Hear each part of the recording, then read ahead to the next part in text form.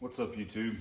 I'm gonna do a quick little overview and review some takeaways from Rifle 2 with Warrior Pellet Society. I took Rifle 2 last week on April 9th, I believe it was, Wednesday. The instructors were Josh Kent, I believe is his last name, and Sam Houston. Sam was one of the instructors for Rifle 1 that I had, but it was Josh and Sam, and it took place up in Camden, Tennessee at Tactical Response. So I made a video about thoughts and things you should take and things to have in mind for Rifle 1. And all of that stuff is very good advice for Rifle 2 as well. The only difference kind of is that I only took one liter water bottle, and I had a gallon jug of water. And at this range at Tactical Response, our trucks were lined up. Trucks, cars, SUVs were lined up. There was a gravel road between the trucks and the range, and then there was the range. So it was very close. If we were on the 50-yard line shooting, we were probably 25 yards from the truck. So wasn't that vital to have, you know, 3 1-liter containers of water. I just filled my 1-liter container up anytime I came to the truck to top off magazines. Another big thing that was somewhat surprising is I didn't shoot as much ammo in Rifle 2. I don't know how much I actually have left over here. My ammo is right here in my range bag, so I have some left over, but the course of fire was not as intense. Now, don't get me wrong, you're shooting and you're shooting a lot, but it wasn't as much as Rifle 1. Rifle 1, you do build drills, as I said, at some point in the day, and you're just up 1, 2, 3, 4, 5, 6, just as fast as you can, and you go through a lot of ammo that way. With Rifle 2, I really felt like at no point did I really need more than 3 magazines on me at any one time. I really felt like, you know, I could go down there with a mag in the gun and 2 mags in my side carriers and be just fine, not run out of ammo until we could go back and top off our magazines. But I would say, for me, like, again, not trying to like brag or anything, but I'm a very experienced AR-15 shooter. I would estimate that somewhere in the range of 50,000 rounds I've probably put through an AR-15. But Rifle 2, definitely I walked away from that being like, okay, I'll learn some things here for sure. I'll try to go quickly. I'm not gonna go through step by step, but I'm gonna go through quickly all the things that we went over. I don't have my notes here with me, just kind of an informal video, just talking. But I'll try to go over what we learned during the day. But if you're a brand new shooter, obviously, yes, Rifle 1, you're gonna learn a ton. But if you're an experienced shooter, you know, you have to go through Rifle 1 as a prerequisite, but you know, it's really kind of to me, it was more of a stepping stone, I guess I should say, to get to Rifle 2. But now Rifle 2, I came away with a lot. So there's a lot of advanced, I would say, dynamic material that you cover in this class. It is absolutely worth every dollar. You learn a lot of things in Rifle 2 that are, again, more dynamic, high speed, if you will. So I'm gonna try to remember all this, but some things may slip my mind. I put it in the notes on my phone, but I'm recording this video with my phone, so I can't look at those notes. But we started the day off just warming up, going through the ready positions. So low ready, high ready, over the shoulder, and SUL. And we went, you know, I may get the order mixed up, but from basically warming up with the ready up positions, we went into turning. I believe it was turning next. So 180-degree turns and 90-degree turns. We started with 90-degree turns. A threat to your left, turn and face. Fire, a threat to your right, turn and face. Same thing. You know, a threat to your rear, turn 180 to the left, 180 to the right. Learned how to turn, the footwork involved in that. Then we learned shoulder transitions, how to properly transition from one shoulder to the other, which I would say for me is probably one of the bigger takeaways of the class and one of the bigger things that I need to practice through dry fire, and I have been practicing because at the end of the day, you do a culminating event, which is where you put everything you've learned throughout the day together into one exercise. And shoulder transitions got me. Like, Sam was the instructor watching me doing my run, and he's like, man, you really flubbed up that shoulder transition. I was like, yeah, I did. You know, my hands were just going everywhere. So if you're not used to that, something you got to practice. But now, knowing the proper way to do it, you know, I can get the reps in just through dry fire and practice that. So shoulder transitions, so turn, shoulder transitions. Then we went into conventional shooting positions. So standing, kneeling, modified seated, back to kneeling, back to standing. Lessons learned there, some cool little takeaways. Again, I'm not gonna go into, you know, exactly every little detail we learned, just kind of skimming over it. You guys should really take the classes if you're interested. I'm telling you, Rifle 2 is absolutely 100% worth every dime you spend on it and more. So conventional shooting positions, like I said, which is standing, kneeling, modified seated, then standing back up, going back to a kneeling position, then standing back up.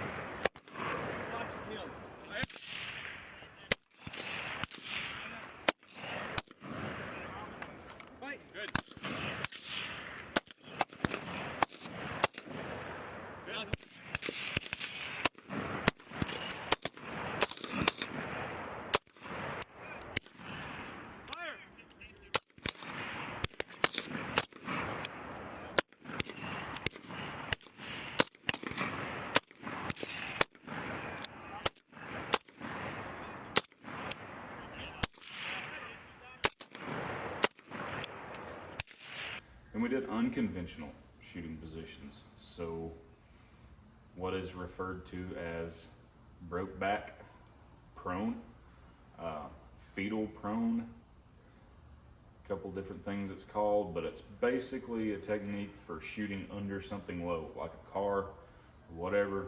You go down to your knees, cradle your rifle a certain way, elbow between your legs, hand down, flat on the ground, boom. You can control that gun. You can shoot under something very low. You could shoot under a car with that. So we learned that position, which is again fetal prone. We learned a modified version of that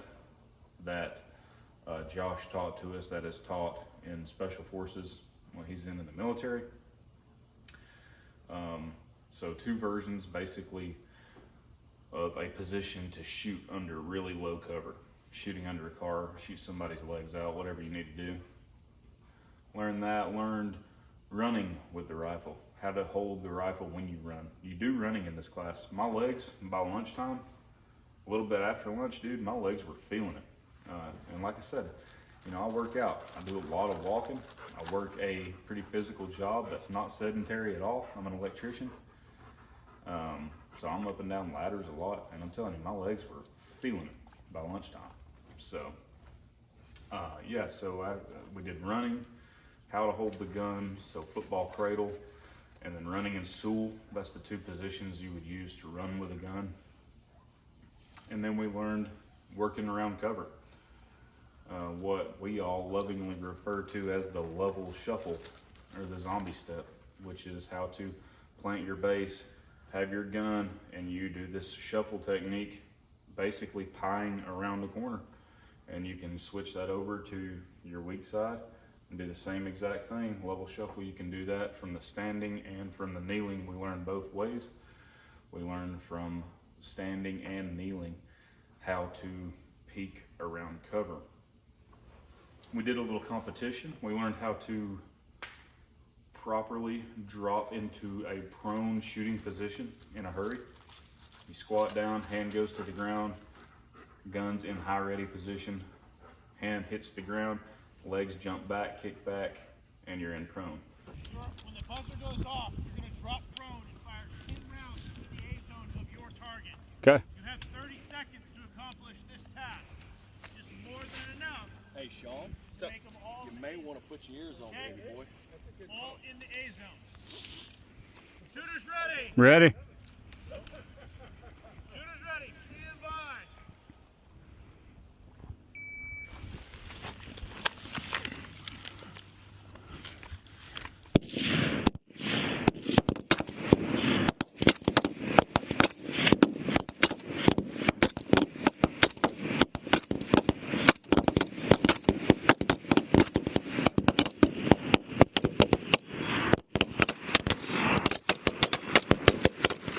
Did a little competition with that where we lined up in 2 rows of teams, 1s versus 2s, and first person to get a hit on a piece of steel at like 75 yards was the winner. That was pretty fun. 4 twos. Right here. And let's be real here. Don't be bullshitting your score, all right? I know you boys are like, no, we got that other one. All right. I need to give him some room. Shooters ready. Stand by. Ready. Fight. Oh, Nice. Get the hit. Come Get the on, hit. come on, bud. Right on. That's just high, 12 o'clock. Point of Well impact. done. Come on. Thank you. Well done. there you go. Yo, Nice you hit shot. it the 12 o'clock spot on the target. You're high. Where are you aiming? Center? Yeah. Okay, you might want to bump it down a couple of clicks. Yep. All right, What are we at right now? we're at about Distance-wise. 65 yards. Okay, so pretty much right on. Yeah. Yeah. Remember, muzzle to 225, 30 yards, you should be able to put the dot on the thing and make the hit. Cool? That's a pretty liberal steel. All right, shooters ready. Stand by. Fight. Got muzzle. 2-0. Well done. Let's go, number 2s. Come Well on. done. All right, shooters ready.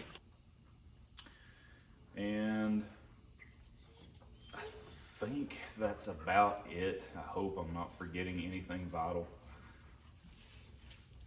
Excuse me, but it was like a lot more dynamic than Rifle 1. Rifle 1, you're basically standing. You go back to the 25-yard line at one point in Rifle 1, but Rifle 2, you go all the way back to the 50, and you're moving. In the culminating event, you're literally turning 180 degrees, engaging targets, turning back around, looking where you're going, running with the gun, and one of the 2 techniques that you learn to run with the gun. You're getting to a cover. From there, you're doing another 180-degree turn. You're pieing around standing. You're pieing around kneeling, around both sides, right side and left side. You're getting up. From there, weapon on safe. Look where you're going, and you run back to 50. So it starts at 7, goes to 25, and then it goes to 50. When you get to 50, you're taking a shot from each conventional shooting position as well as the unconventional. So you take 1 shot on steel, standing, boom, safe, drop to kneeling, 1 shot on steel, drop to modified seated, 1 shot on the steel, you drop to unconventional fetal prone, like shooting undercover, 1 shot on the steel, and then you drop to standard prone, 1 shot on the steel. Pretty cool, pretty fun event. And like I said, definitely a lot of meat and potatoes in this class. I learned a lot, and I'm really glad that I took it. This is a class I could see myself retaking in the future. I really could, just to make sure I don't forget anything. But I think the next class I'm going to take from WPS is going to be a medical class. There's a medical class later on, I think in the fall in Dalton. So it's closer to my house. It's a 2-day class, and I forget what they call it, but it's a medical class. So, you know, I think that's very important. I think it would be very, very beneficial to, you know, I'm not a first responder, I'm not a firefighter or medic or anything, but you run across a situation, you know, an automotive accident, it would be good to know some really quick, proper trauma care if somebody's bleeding out or whatever. So that'll probably be the next class that I take, as well as Pistol 1. I would like to get Pistol 1 under my belt so I can take Rifle 3 at some point. So again, that's kind of the things we learned. Absolutely, highly would recommend this class, 100%. Josh is a fantastic instructor, and John Lovell showed up at the end of the day. They were doing a class the day afterwards, which is called Introduction to Long Range Patrol, ILRP, and I think John Lovell and maybe his kids were going to be playing like the opposing forces, the OPFOR. So he showed up at the end of the day. He was there, and he let it rip with a Fight Light belt-fed machine gun at the end of the day there. So that was pretty cool. Hey, when we take off for that cone, do the thing. I don't know if this thing's running well, so we'll see. Yes, we will.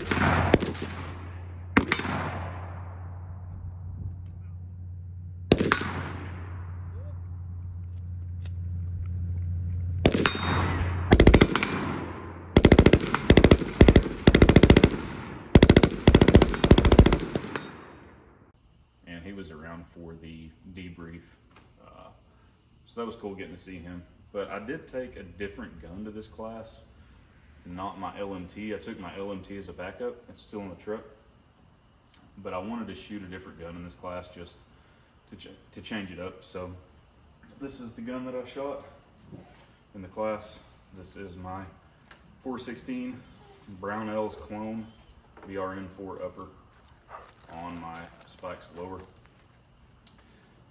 Again, a 416 clone, as I like to call it, the Poor 16.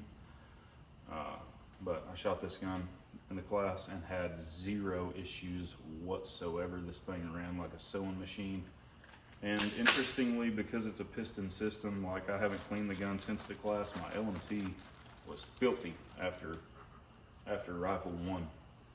But I haven't cleaned this gun since the class, and I can take my finger right there and rub over the bolt carrier right there where it normally gets a lot of carbon, and there is barely anything. So pretty interesting, but again, it ran like a champ. Had no issues. Here's my target, lucky number 13 from the class. This was after the end of the day shooting, and you kind of get scored. And anything outside of the A zone is 1 point deduction. So I had 1, 2, and 3 outside, so I got a -3. They said that anything if you're above a -5, meaning you got more than 5 out of the A zone, then you need to brush up a little bit. If you're under 5, like a -5, -4, -3, -2, -1, you're good to go. You're pretty squared away. So I was glad to get a passing score. And some pretty interesting things. I saw a dude's lower blow up in the class, or it didn't blow up, but it broke violently. He was dropping down to kneeling. We were split up again into coaching pairs basically. So one person would watch the other one, help correct them if anything they see needs to be corrected. So I was making sure of safety manipulation. So when he took 2 shots standing, his weapon went on safe. He leaned down. I was on this side of him watching that safety. He hit safety off when he was in the kneeling position. Shot 1 round, and I just remember seeing like the bolt carrier, And I was like, what? And I looked and I noticed like there was a big hole in his lower receiver. And I was like, whoa. I grabbed his shoulder and I was like, whoa, whoa, whoa. And I held my hand up and the instructors came over and, you know, basically he had a lower receiver just break in half. And I'll put pictures of it up. I've got some pictures of it here, but it was a Mag Tactical. So it was a magnesium lower. So I would not recommend those. That was interesting. He was also running an EOTech and his batteries were dead, like right at the start of the day. So that's why I really I love the EOTech reticle, but I like optics that have thousands of hours of battery life. So I like my aim points and anything else like that. But what are you doing, bro? What do you got in your mouth? Huh? What's in your mouth? But I'm an aim point fan. Matter of fact, that's probably one thing I may change up on this gun is I may go from this aim point comp M4S to an aim point T2. We'll see. I don't know. Still debating. But I'll give a rundown on this gun just like I did my other gun. And I'll also give a rundown on my belt that I use. I've got it in here behind me. But this is my belt I used during the class. But I'll make a video on this as well. But yeah, I just wanted to get this video out there to you guys, and you know, if you've taken Rifle 1, again, highly recommend you go take Rifle 2. It was an awesome class, awesome. So anyway, hope you enjoyed the video. Thanks for watching. God bless y'all. Have a good day. I'll see you in the next video.